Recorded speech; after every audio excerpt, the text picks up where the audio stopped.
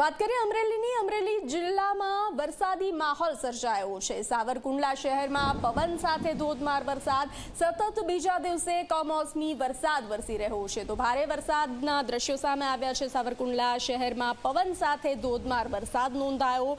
અમરેલી જિલ્લાભરમાં વરસાદી માહોલ, મેમાં માવઠાના દ્રશ્યો। સાવરકુંડલા શહેરમાં પવન સાથે ધોધમાર વરસાદ, ખેડૂતો ચિંતાતુર બન્યા છે। સતત બીજા દિવસે કમોસમી વરસાદ વરસી રહ્યો तो ચોમાસા જેવા દ્રશ્યો સર્જાયા છે।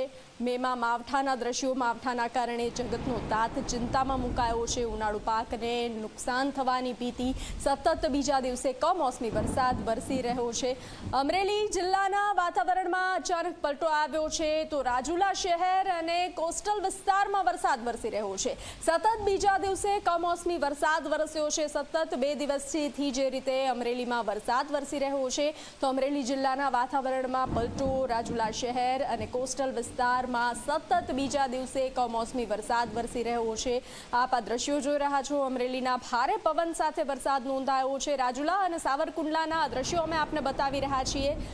વધુ વિગતો આપી રહ્યા છે સંવાદદાતા કેતન।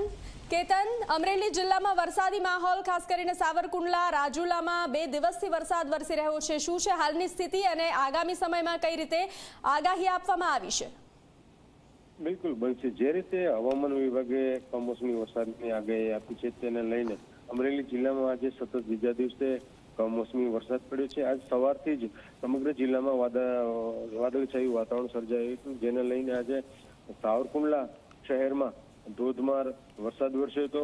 પવન સાથે વરસાદ આવતા જે ધરતીપુત્રો છે તેમાં ક્યાંક ને ક્યાંક ખેડૂતોમાં ચિંતા જોવા મળી રહી છે।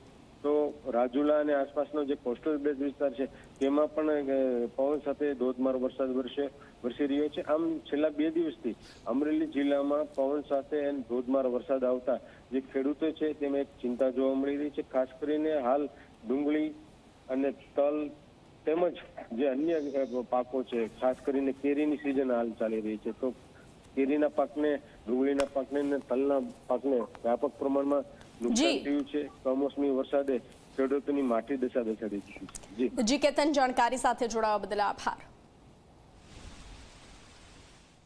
વાત કરીએ ભરૂચની। ભરૂચ જિલ્લાભરમાં